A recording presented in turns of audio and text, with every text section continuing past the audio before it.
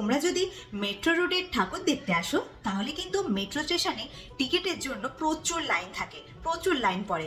তোমরা কি করবে, আগে থেকে তোমরা মেট্রো স্মার্ট কার্ড করে রাখতে পারো, বা তা না হলে আমার কলকাতা বলে একটা অ্যাপ আছে যেখানে তোমরা অনলাইনে মেট্রোর টিকিট কেটে রাখতে পারবে। পুজো মানে খাওয়া দাওয়া, আর খেতে খেতে একটু হলেও লিপস্টিক উঠবেই।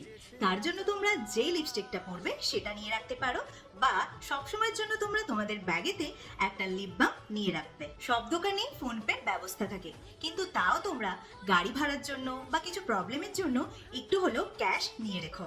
গরমে ভিড়েতে ঘুরতে ঘুরতে বডি স্প্রের অবস্থা একদম শেষ।